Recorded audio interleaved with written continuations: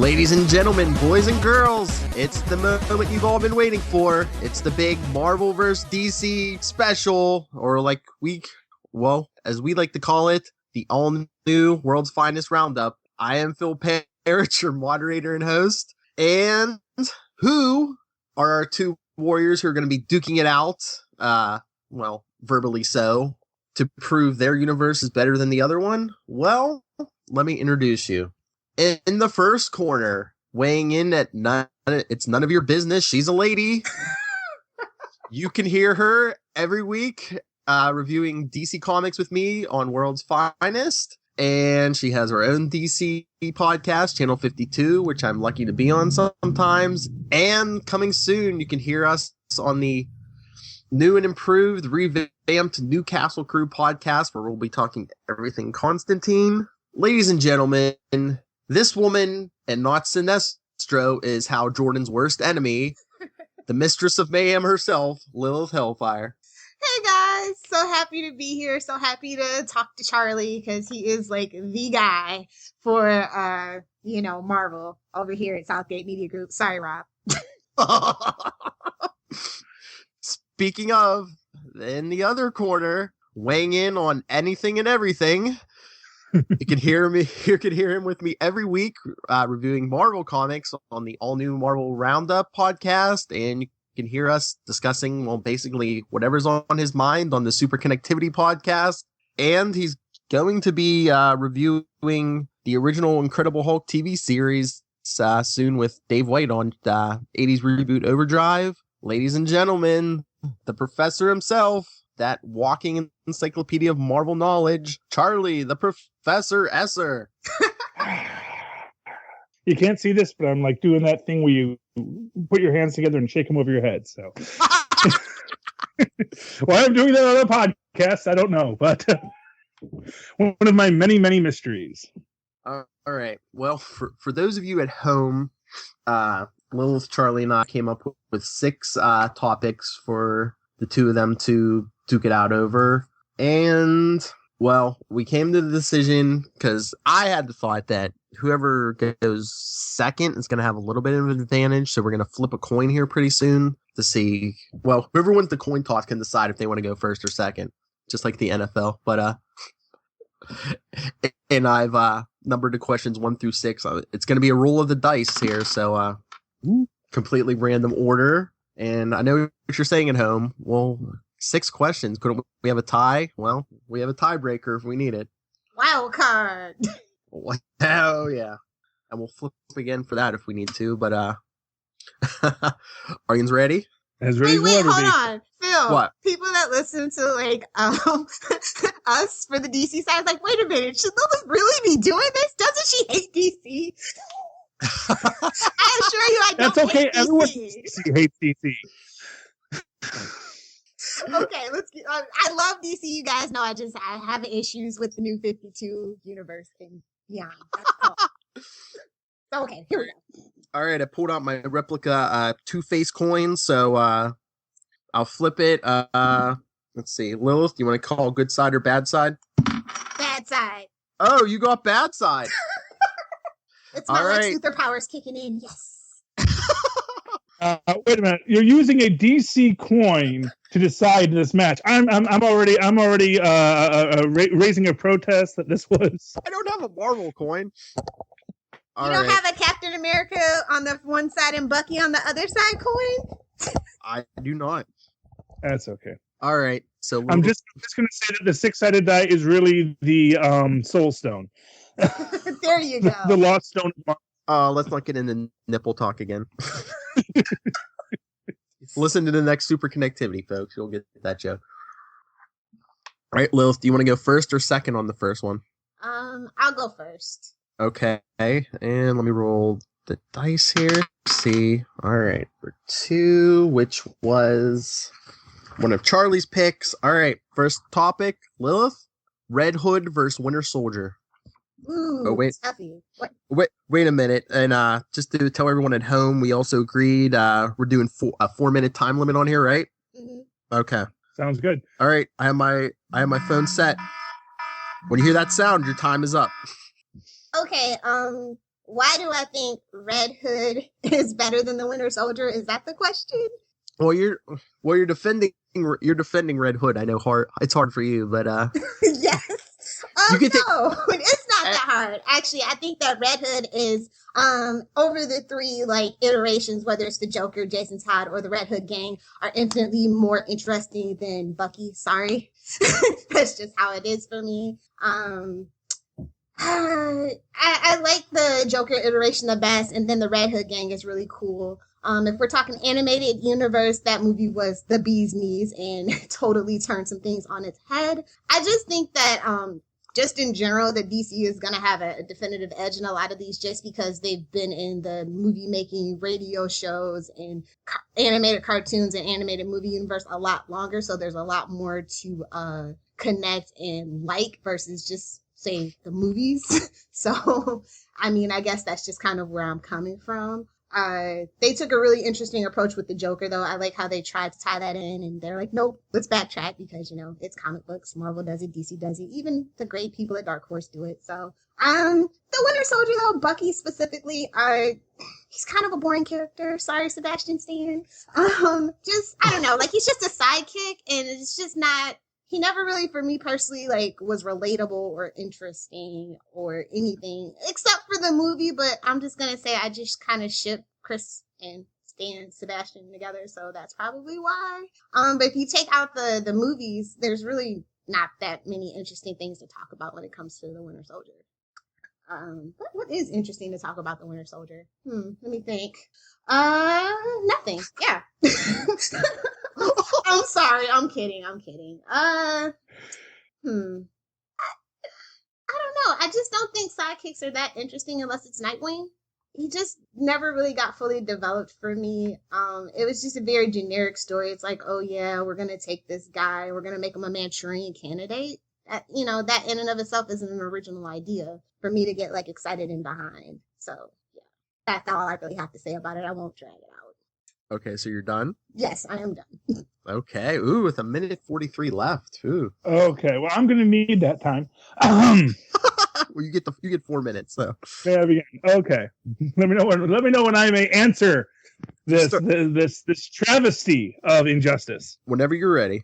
Actually, technically, a travesty of justice, a travesty of injustice would actually be a good thing because we're undoing the injustice. Anyway, moving right along. So first off, obviously, yes. So DC is always going to have the advantage because DC is essentially an infinite multiverse where they are just going to make up whatever they need to for any story. And if you want to pick and choose, well, I'm not actually going to even address Jason Todd, who is the obvious corollary in discussing Bucky Barnes, the Winter Soldier, as in someone who had died and was mysteriously brought back.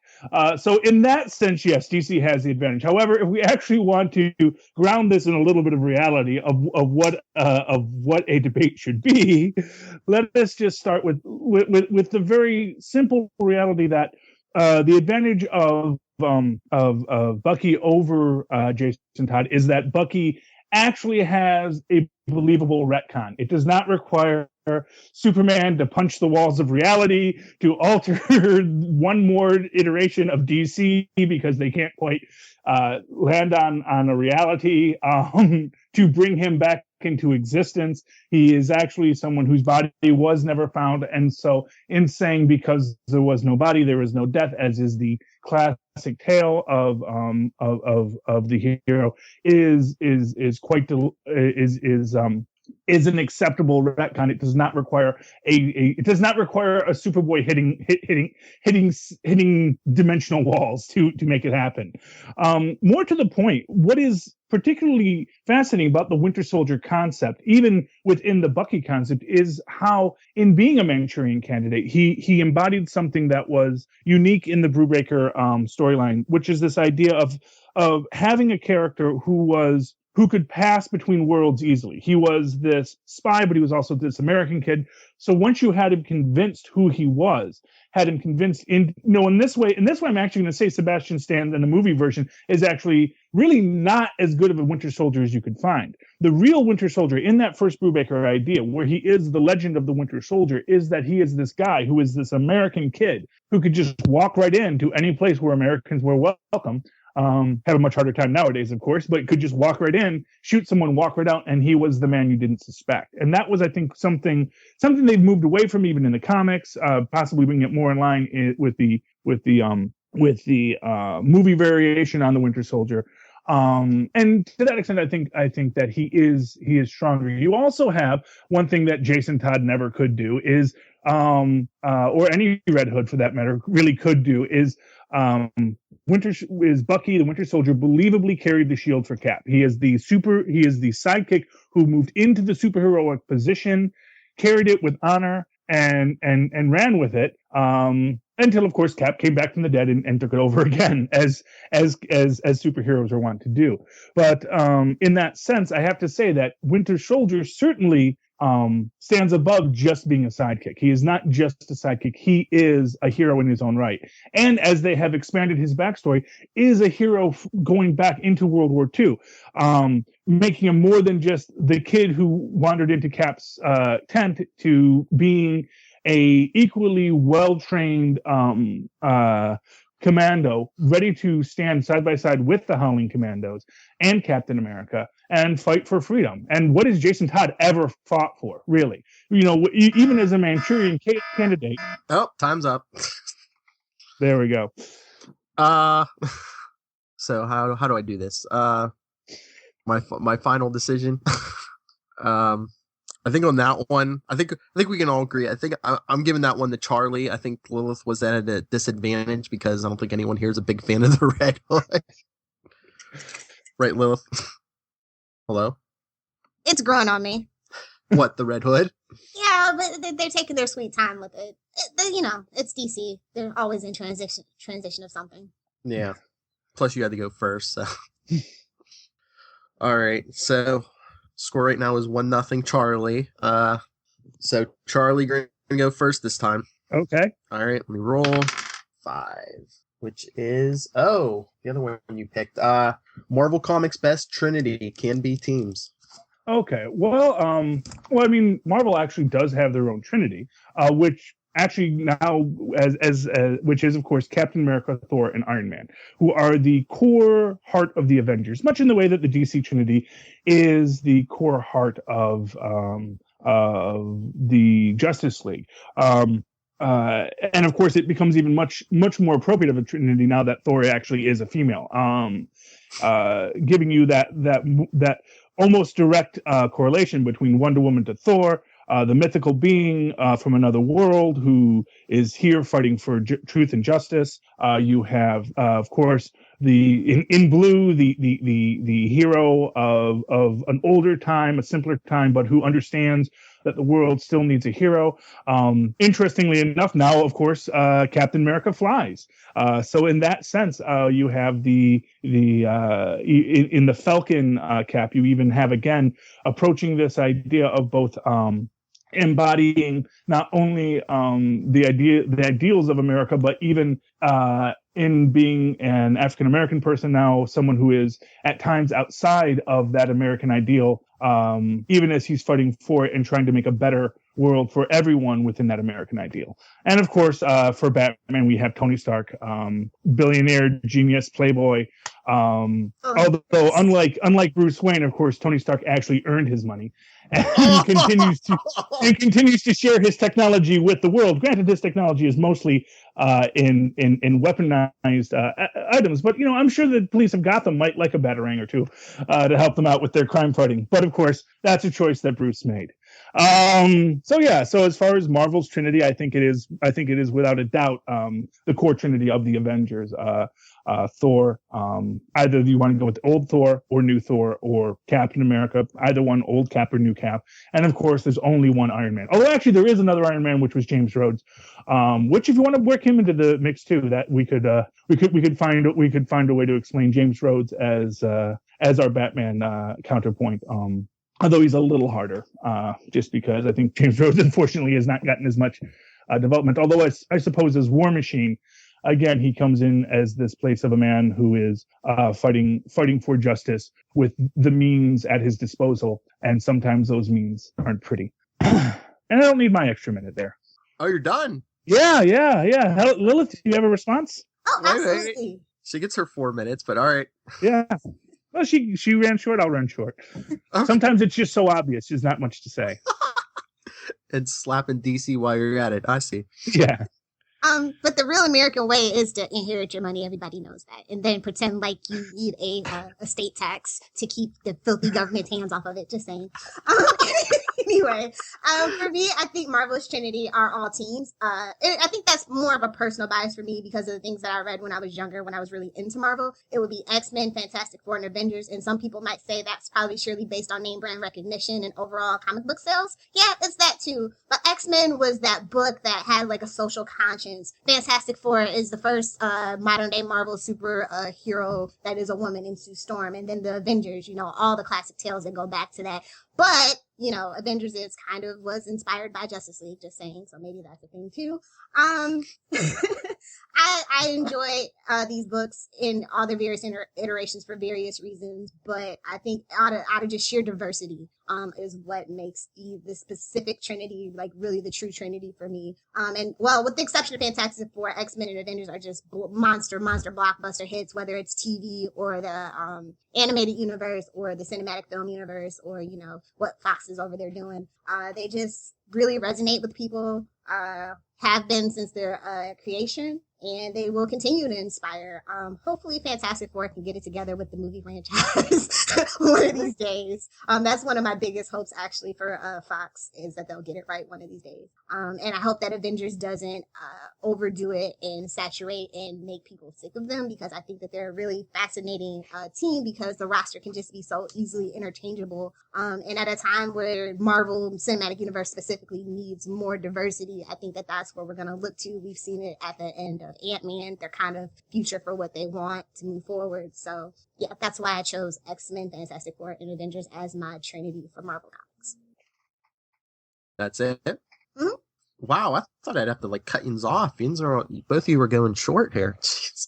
Well, 4 minutes is actually a pretty good space of time to use. So, although obviously I could have gone on more.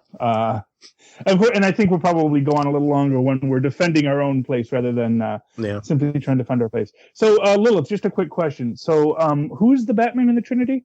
Batman in the Trinity for this one specifically would be, I would say, Fantastic Four, because they're kind of a family and a Bat family and all those things, and they're into technology, and, things get rough, and they have a go at each other, and it's just, that's what I think.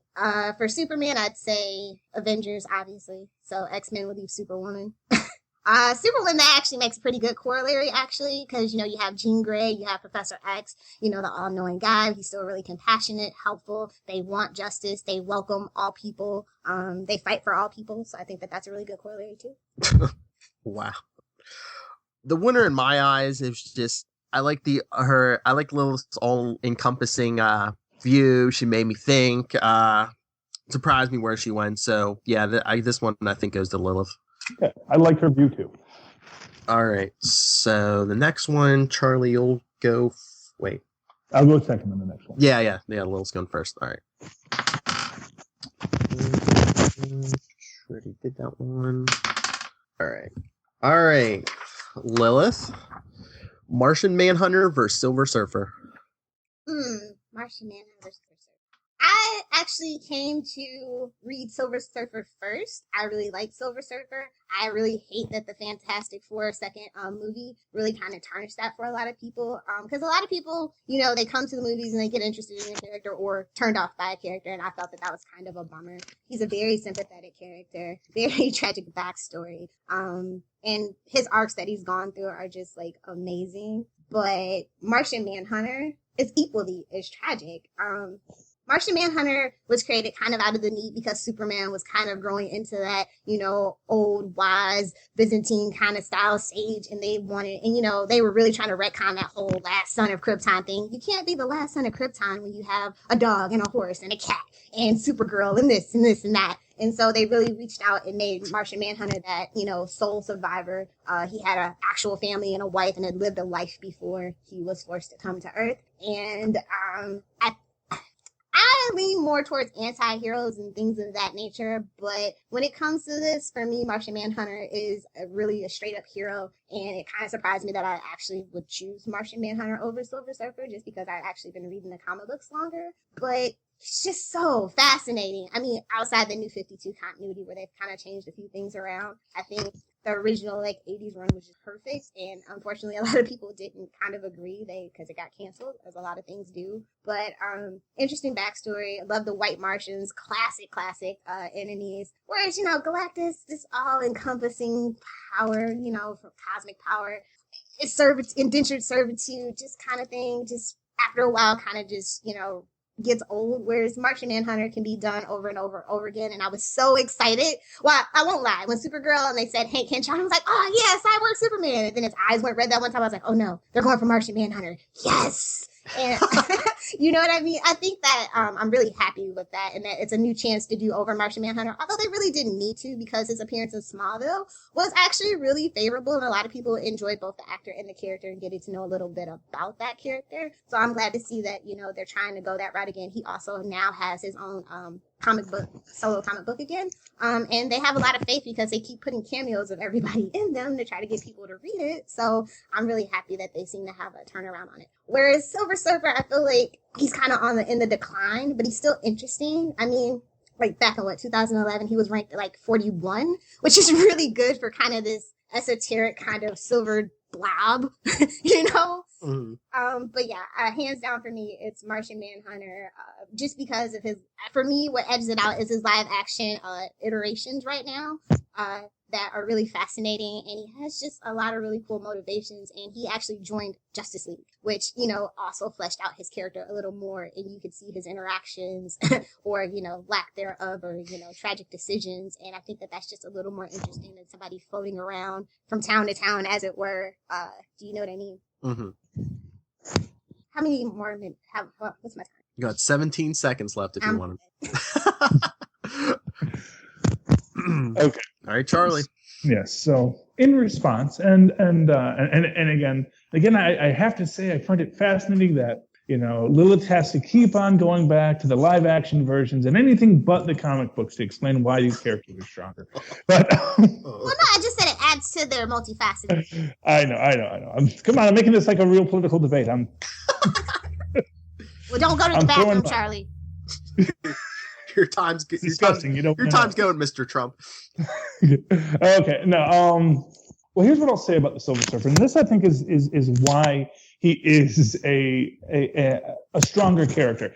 The Martian Manhunter. At the end of the day, he's a being. He's a living person. He has a place, even though he is an alien. He is an organic alien among other organic beings. He's on a planet with other aliens that are also organic, that can have relationships, that can be in this world and participate and be a part of it. The Silver Surfer, because of what he has become when he leaves Zenla, when he leaves his home planet and becomes bound to the power of Galactus, he ceases to be in any way human. And it is the loss. It is not only that he has lost his homeworld. It is not only that his homeworld is gone. It's that even if he can return to it, he cannot be a part of it. You know, I mean, that, and, you know, with the most recent reiteration of Martian Manhunter, I guess they brought Mars back in it, you know, and that has caused its own tragedy for John Jones. But for the Silver Surfer, he had to choose to leave his world to save that world. So first off, he makes the choice. He saves his entire planet by sacrificing not just himself and his life, but his very sense of being. His entire existence gets altered in such a way that not only can he not go home again, he can never be at home anywhere. The most he can ever hope to have is some, temporary distraction of a life. He can never have a true life. I think that this is why I think when Mobius did the Silver Surfer back in, I believe it was the late 80s, early 90s, and it was this really touching take on the character because, of course, in that world, after all the other heroes have gone, and the Silver Surfer is the last hero left on this planet Earth, where he is stuck, and he's just a homeless guy living on the street until Galactus returns to essentially trick the world into destroying itself so that he can then devour it. It emphasizes how lonely and how separated from anything the Silver Surfer is, except when he can become a hero. That when he becomes a hero, that is the one time he is truly Norrin Radd again. Because Norrin Radd opens as a hero. He starts as a hero, a man willing to give up everything to save those he loved. And now, even though he can never be a part of the world, he still sacrifices himself every time he enters into that world to protect it, knowing that he can never, ever be a part of it again. And for me, that's why Silver Surfer is the superior alien lost on the human world. And I relinquish the remainder of my time. Hold 9 seconds. Okay. You're going to make me cry. I think Charlie got that one. There you go. So Emotions, boo. You got to use all the tricks of debate there, Lilith. You gotta throw a little mud, then you gotta tug at the heartstrings. All right. So right now it's 2-1 Charlie. So let me see. So Charlie will be up first. Nope, already did that one. Okay, Charlie Esser. Who is Marvel Comics equivalent of Wonder Woman? Well, this one's actually very easy because I've already touched on it. As I was debating this, there's a lot of good arguments for who should be Marvel Comics Wonder Woman, but you have to come back to what makes Wonder Woman Wonder Woman. And she's a warrior woman, and so of course you have someone like Lady Sif. Lady Sif, I think, is the strongest argument for a Marvel Wonder Woman up until the current Thor. With the current Thor, we have a real Marvel Comics Wonder Woman. She is both a being who is separated from the world that she's protecting. She is an Asgardian being, and so she is separate from the world. But because she's also Jane Foster, she is also bound to this world. And also because she is an exile from Asgard under Odin's current rule, she has no real place to be home. And I think that is really the strength of the Wonder Woman character. Not only that she is a strong woman, not only that she is an Amazon, but that she can never truly be home on Paradise Island because she has been outside of it for too long. Her origin story, Wonder Woman's, is, she sees the battle of World War II. It'll probably be World War I in the new movies. But she sees the dogfight. She sees Colonel Trevor, right? Yes, Colonel Trevor, fall from his plane, and she goes and she rescues him, breaking all the rules of her people, bringing a man onto Paradise Island, utterly earning the ire of those that are of her own kind. And she sees that there is something greater than the paradise of Paradise Island, that they owe it to the world to be fighters, to be warriors, as the Amazons are, but not just for the sake of war, but for truth and justice and all these good things. And in the modern Thor, you get all this again. You get this idea of an archaic and rigid caste system in Asgard under Odin that is seeking to undo all of the changes that have come to the all different Marvel universe. And Thor sits at the center of this as both a symbol of hope and a bonding to the traditions of the past world. She is Thor, but she is also something more than Thor. And in that, I think that Thor embodies very much what Wonder Woman seeks to be. It seeks to be not only the greatness of the past, but the betterment of the future, both by being bound to the glories of the past and by knowing when we must reject the closed-minded ideas of the powers that be above us, whether that is the patriarchy in the outside world or the matriarchy on Paradise Island. We must be willing to say, we will not bow to that if it is wrong. Only justice is our calling. That is Wonder Woman, that is Thor, and that is my time. Ooh, 20 seconds left. Nice. All right, Miss Hellfire, the floor is yours. The short answer is that Marvel absolutely does not have a female Wonder Woman equivalent in terms of origin, power set, and pop culture prominence. Let's just be honest on this one. DC has something that Marvel doesn't. A notable, iconic female superhero that is also a feminist icon as well, and has been regularly promoted since her 1941 debut. She is a bona fide member of the Trinity. She's not to be swept aside. She's had her own TV shows. She's outside of Batman, Superman, and Spider-Man. She is the female comic book character that has appeared in the most comic books. Outside of all of that, though, if you just want to like break it down and play devil's advocate, pop culture status overall for me, I'm going to say all you have to do is go to a comic book convention and you'll see the You&rsquo. So obviously I'm talking Captain Marvel. If you want to talk longevity, I'd say Sue Storm, but I will have to kind of say, man, that was a really big Freudian slip naming your technically first superhero woman Invisible Girl. Ouch. But it's still better than Millie the model, am I right, ladies? But it is what it is. But Wonder Woman still has 20 years on her, just so we're clear. And if we're strictly talking power and origin, then I think the regular Thor, the male Thor, would be the most logical choice. They have very similar arcs overall, parental issues up the wazoo, and they also have some really unique weapons in the overall superhero arsenal. If we want to do popularity by medium, I would go with the movies. It'd be a tie between Black Widow and three-way tie. Black Widow, Jean Grey, and Storm. If we're talking current comic books right now, I would probably have to say, just based on sales, Captain Marvel. And if we're talking the cartoon animated universe, in the 90s, I'd say it'd be a tie between Jean Grey and Storm. Right now, they pretty much just push teams as far as I'm aware, and they're more aimed at like the tweens and preteens and things of that nature. So I don't really watch those unless I'm babysitting. But yeah, they're mostly like teams, like Agents of S.H.I.E.L.D. and like the Hulk team and things like that. So it's not a lot of like female representation in those as far as I know. So that's why I stuck with the 90s on that particular thing.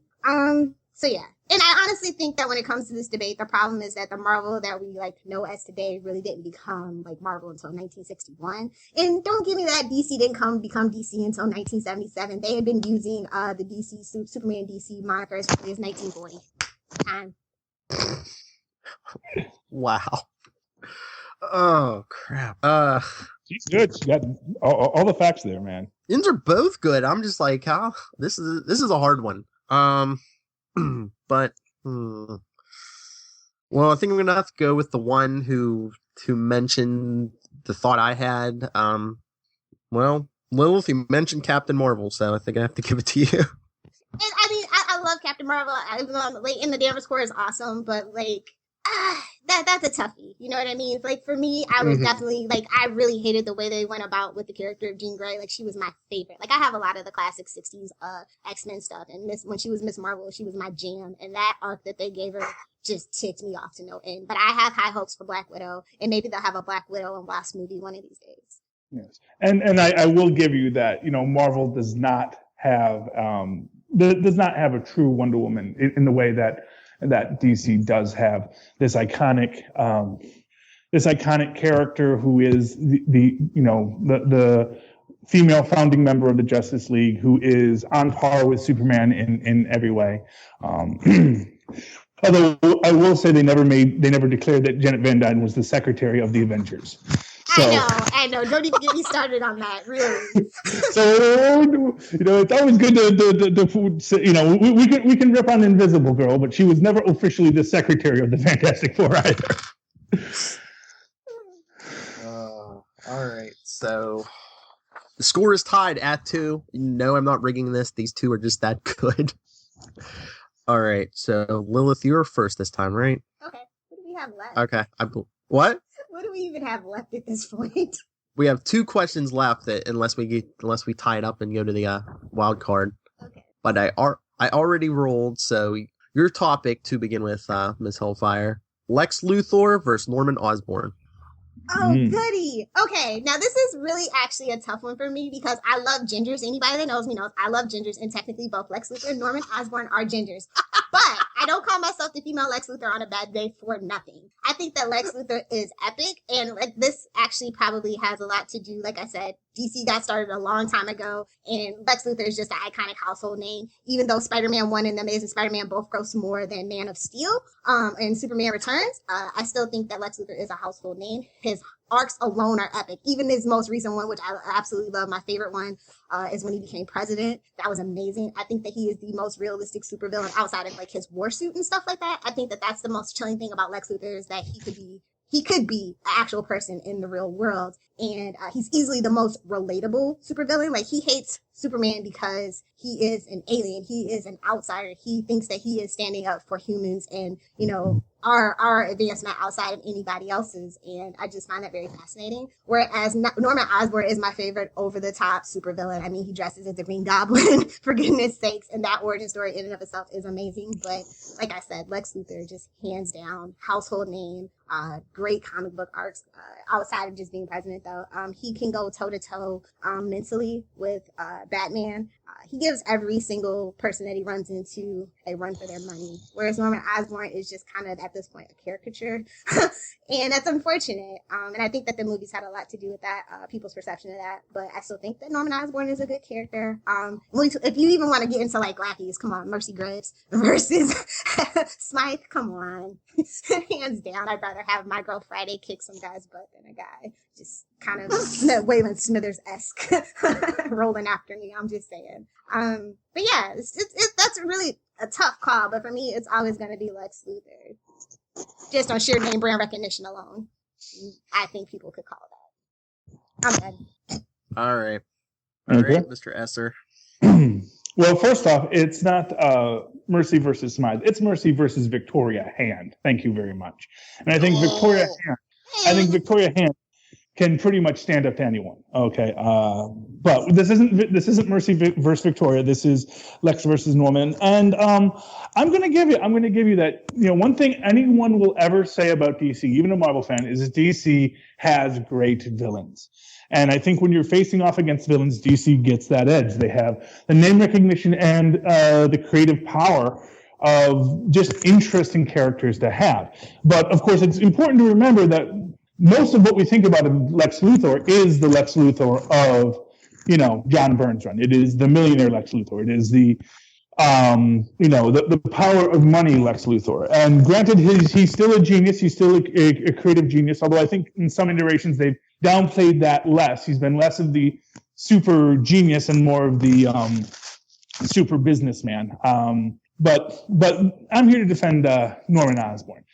And in Norman Osborn, we actually get what I think is one of the most interesting melding of classic villainy tropes that you're ever going to see. First off, he has that money, and he is the first millionaire supervillain who isn't directly facing Tony Stark. He is the real first millionaire supervillain. You can say Dr. Doom, but really, Dr. Doom is the dictator of a country. Norman Osborn, he's a self-made man. He is a scientist. And he is, in many ways, I would say, the father of our modern Lex Luthor. He is the guy who is monomaniacally obsessed with a hero, who is using his business wealth and power to unseat that hero, to mark that hero as a villain. And, you know, granted he fails, but, you know, at the same time, he succeeds amazingly as well. You can talk about Lex Luthor as president. I think Norman Osborn, as the head of Hammer, as the head of the global peacekeeping organization, is a far more powerful position to put a psychotic madman in. And of course it unravels as all villains' plans unravel. But I think that Norman strikes the ground in such a powerful way, both in the fact that he is this industrialist. He is this man of monomaniacal power. And he is a guy who is seeking to destroy his petty villain. It's something that is, I think, runs a little deeper than Lex Luthor. Because Lex Luthor, whatever you want to say, his powers, his motivation against Superman depending on where you're going with it, it's either because he was driven insane by an action of Superman, i.e. the chemicals that made him lose his hair, or he's simply a man who is filled with rage at the idea of the most powerful being on his planet being an alien. Norman Osborn is just crazy. And just being crazy and petty and monstrous. He is like, to say that, yes, DC has great villains. Norman Osborn is the Joker mixed with Lex Luthor. It is taking all the best parts of the Joker, the chaos, the madness, the willingness to just throw himself all in and be a monster to the world, and mixing it with Lex Luthor's quiet power behind the scenes. All right. Finally, one of you took your time. Took the whole time. All right. I think I have my winner on this one. Talk to the hand, Victoria hand. Charlie, I'm giving you that one. All right.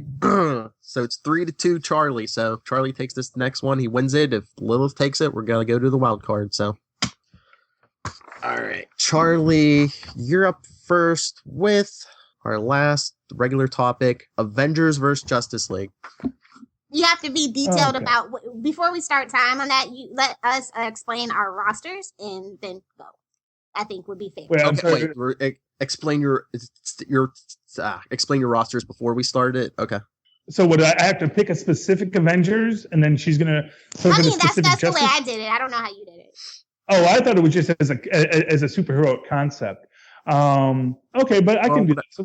So you know what? Let's go with let's okay. So yeah, I was I mean, if you want to mix and match, however you want to do it. Well, in looking at the Avengers, let's be honest. The Avengers are never going to be. So you know what? I'm going to go with Cap's kooky quartet, which is Cap, Hawkeye, Quicksilver, and Scarlet Witch. And I'm going to go with them specifically because any Justice League, just by power, is gonna dominate the Avengers. Anytime you have a Superman, everybody else is just sort of there to play. You have a Superman and a Wonder Woman, and you're going to throw in the Martian Manhunter and a Flash just for fun. You're just talking about a power structure that nobody can stand up to.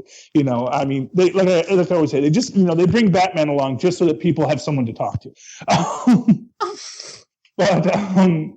But that's okay, because it's always going to be that with the Justice League. They're always going to be these gods among men, powerful beings wandering the earth and doing as they see fit. What is great about Cap's Kooky Quartet, what is great about the most depowered super team that you can find, Captain America, peak human abilities, but still just human abilities. Hawkeye, really good at shooting arrows. Our real superpowers are Scarlet Witch, who, of course, granted, is now officially an Omega level woman mutant, and of course, Quicksilver, who of course has super speed, which is the one superpower that really, really hard to overcome.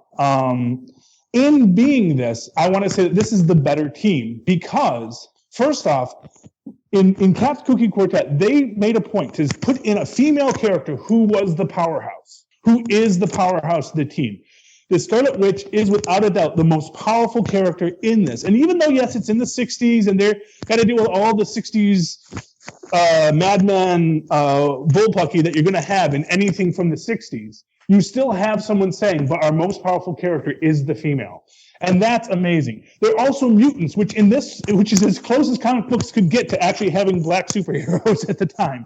These are people who are hated and ostracized from their society and their community just because of who they are. And the racial concept with mutants is very strong. You compare that with the very, very white, very, very, very mainstream Justice League. I think you have to say the Avengers are the better team as a story, as a character, as a symbol than the Justice League. The Avengers are people brought together by chance who are going to do good in a world that can at one time hate them, dislike them, distrust them.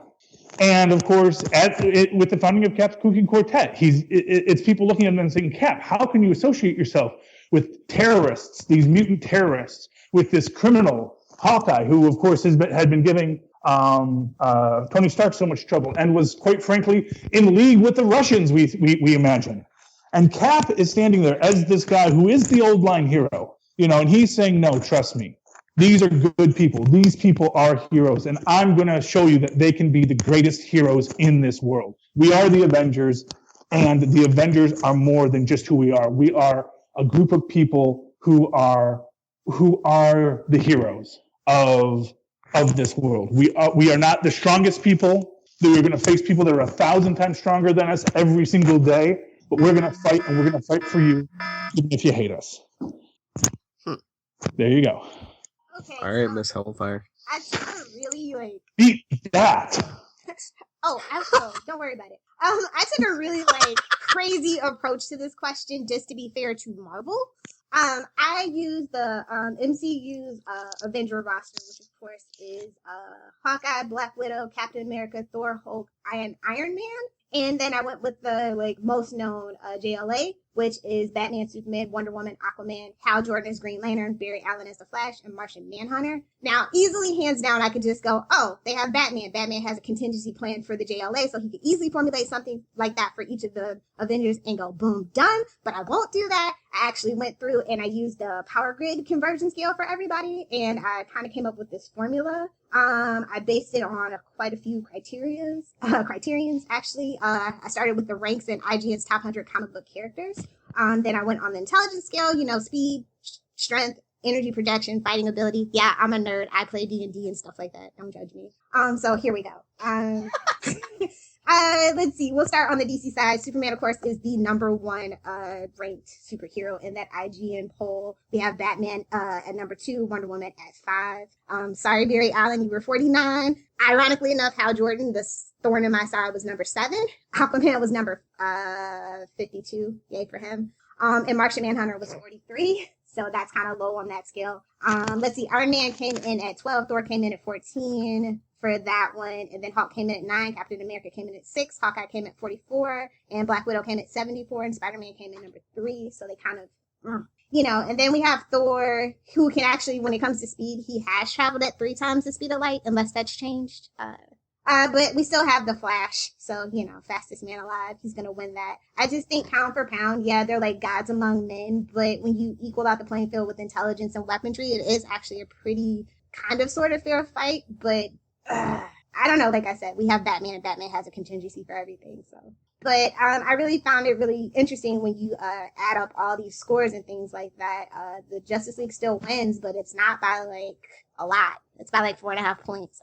If you guys know anything about the power grid scales and stuff like that. So yeah, I actually did try to be fair about it, and I will actually put it in the show notes for you guys to prove it. So if you're interested in that, look forward to that in the show notes. And so I'll show you the work later. No, I absolutely believe you. I mean, what I'll say is I'm surprised you keep on going back to Batman. You've got Superman. I'm just saying, Batman has a contingency for everything. That's that people always kind of give Batman grief, oh, you're just a human with a utility belt. But he's for me, he's actually more like Captain America than Superman to me, because he's the human, peak perfection, and he didn't even need a serum. And, he's petty and things like that. Come on. He's a little crazy. He's a little kooky. And he absolutely has the best roster of sidekicks ever, even though he's quote unquote a lone detective. People always just kind of sleep on Batman when they come to the Justice League. He's the brains. Wonder Woman's really kind of the heart and actual leader, and Superman's the muscle. Let's just be real. He's just there for the muscle. So yeah. Oh my goodness. This one, everyone excelled at this, but come on, Charlie. She did the homework. She did the homework. I'm not denying she did the homework. But yes. I'm speechless. I have to give this one to Lilith, and you know what that means? Wild card time. I didn't really want it to go to wild card. There's so many ways this could go. I knew there was no other way for it to end, quite frankly. This is going to be blood on the sand, and it's there's no other way, but there must be one. Come on, be my favorite question. Be my favorite question. All right, well, I'm going to flip again to see who goes first. Charlie, call it. Good or bad? Good. Well, that's bad. Lilith is going first or second. I'll go second. Okay. All right, then. Charlie Esser, you're up. Better conceptualized universe, Marvel's World Outside Window or DC's modern day gods mythology? Okay. Well, I have to say, obviously, I'm going to be defending Marvel's World Outside Your Window. And the reason why, the reality is that, yes, on a lot of levels, DC's system, it's better from a mass-produced comic book sense. You never have to worry about who's the president. You just have to worry about who's mayor of Metropolis or Gotham. You can carry these concepts on for ages. They're timeless, and they are separated from society in that way. And that way, it's just good, clean popcorn fun.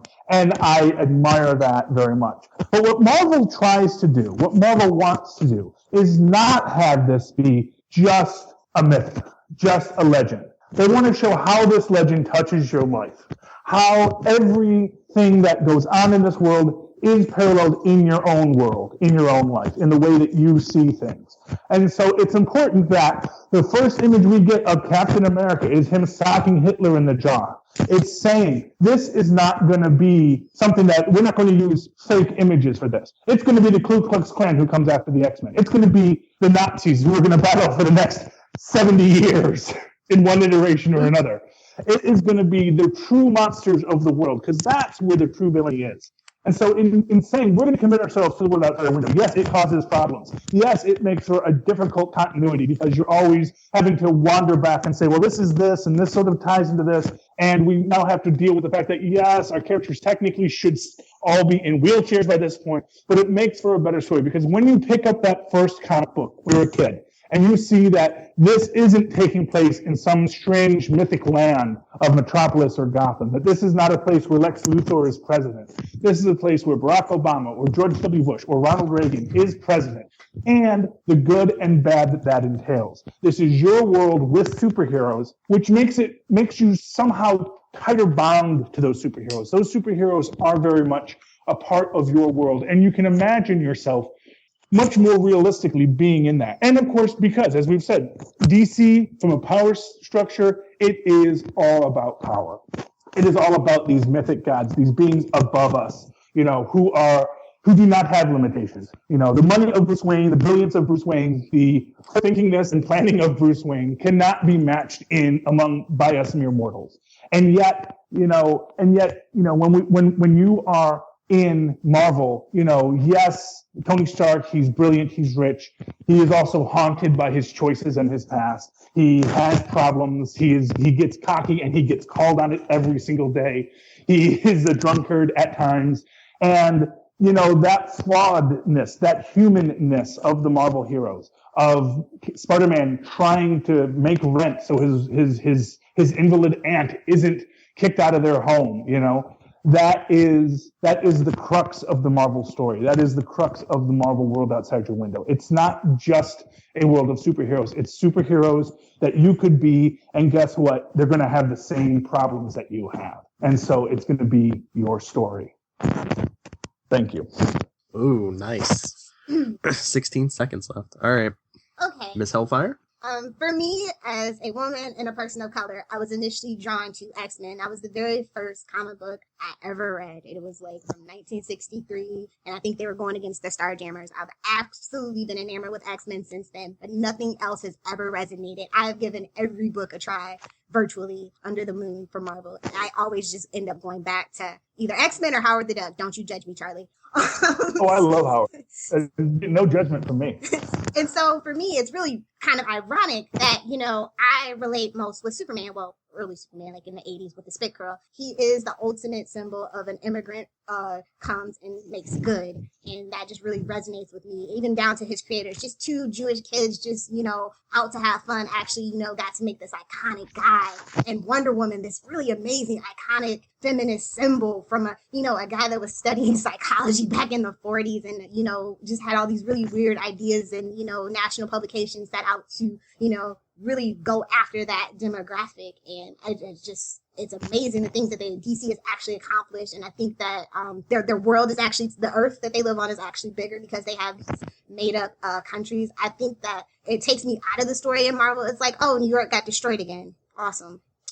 Things like that. It just pulls me out of the story. Whereas it's like Gotham or Metropolis could be any big city that I've never been to, and they really capture the hustle and the bustle and at times the grittiness and the sadness, because I've lived all over the country, and it feels like any town, USA, even, Smallville, Kansas. It's very much Iowa, not really Kansas technically, but it's just, I mean, when you just use it as a symbol for anywhere, it's just easier for me to slip into the story. And I just feel like the characters are more relatable. Yes, they're gods, but they have these struggles. What does it mean to, to fit in, to, do the right thing, even though people don't like you? In the case of Superman and a lot of the stories, like, I'm a god among men and I have nobody to relate to. Or, Wonder Woman fighting the patriarchy and the matriarchy, because they're both just, you kind of need both. And it's just, I don't know. Like, Marvel, like I said, the only thing that's ever really resonated with me, I mean, Captain America, Man Out of Time, that's not really up to my alley. You know what I mean? I see the people that it resonates with, and it's like, okay, that's good for you. But for me, like, just coming from an outsider perspective in the U.S. or in the world for the most part, it's really odd that these pantheon of, like, being like basically gods are more relatable for me than, say, X-Men, who, for the most part were humans, and then they got their powers and, they struggle with what that means to them. It's kind of odd. And for me, that's just kind of why DC wins, is they just make the super gods really relatable, and you don't have to worry about who's president. You can just say, oh, Lex Luthor's not president anymore. Okay, and move on. I'm done. Crap. You wanted the job, Phil. Yeah, I know. You knew the job was dangerous when you took it.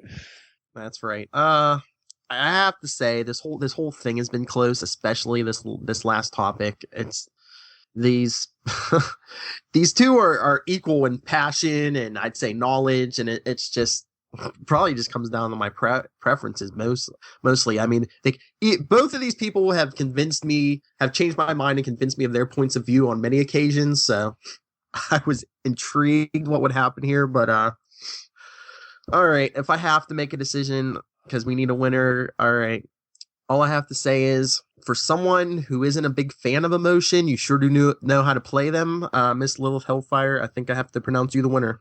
It was a good game though, Charlie. I can't wait to do it again. We have so many things to talk about. So close. No shame in being beaten by the best. And I hope you remember that the next time. Well, hopefully people will send in more questions and make it even tougher for us and make it tougher for Phil. Yeah, well, I hope you liked it. I really enjoyed debating you, Lilith. This was a lot of fun. And honestly, you convinced me a couple of times, so I will say that. I'm just going to say, when you came on Big Picture Radio, you absolutely blew me away with your Ant-Man knowledge. Like, wow. Because, come on, like, who was really checking for Ant-Man? You really did blow me away on that one. Well, thank you. And you've always blown me away every podcast I've ever heard you on, Lilith. It's always an honor to be in your presence. Awesome. I feel the same way. I can't wait to do it again. Seriously, guys, send in tougher questions. Yes, please do. Yeah, that's what I was going to say. You could send your questions to any of these, anyway, if you want to, but if you want to specifically talk DC about me and our winner, Miss Lilith Hellfire, you can always email us for World's Finest Podcast, worldsfinestpod@gmail.com. On Facebook, we're World's Finest Podcast. And on Twitter, we're @worldsfinestpod. And if you want to talk Marvel every week with me and Charlie, you can email us marvelroundup@gmail.com. Facebook is All New Marvel Roundup, and our Twitter is @Marvel_Roundup.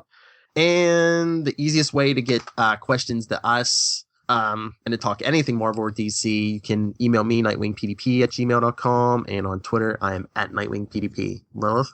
Oh, you guys can find me on Twitter @Lilith Hellfire. I'm on Tumblr. It's lilithhellfire.tumblr.com. You can check out one or two of my websites, lilithhellfire.com or popculturepostmortem.com. I just started it, and it's really, really snarky and no holds bar kind of stuff. So if you're interested in that, please check it out. And also, if you need news, Channel 52 is the place to be if you're a DC Nation resident.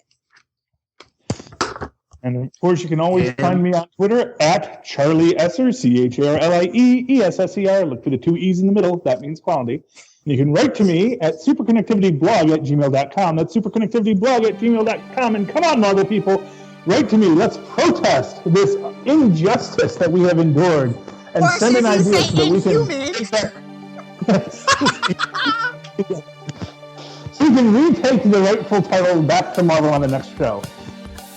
Oh, you'll get another chance, Charlie, because I think we all agree we want to do this again, right? Oh yeah, I want to get into that, to the Guardians versus the Watchers. Ah, the Watchers, yeah. Oh yeah, that's a good one. I was hoping for that one. Yeah. We still have a few things up our sleeve, and remember, send in your if there's anything you want answered, send them in. These two will argue it out. So.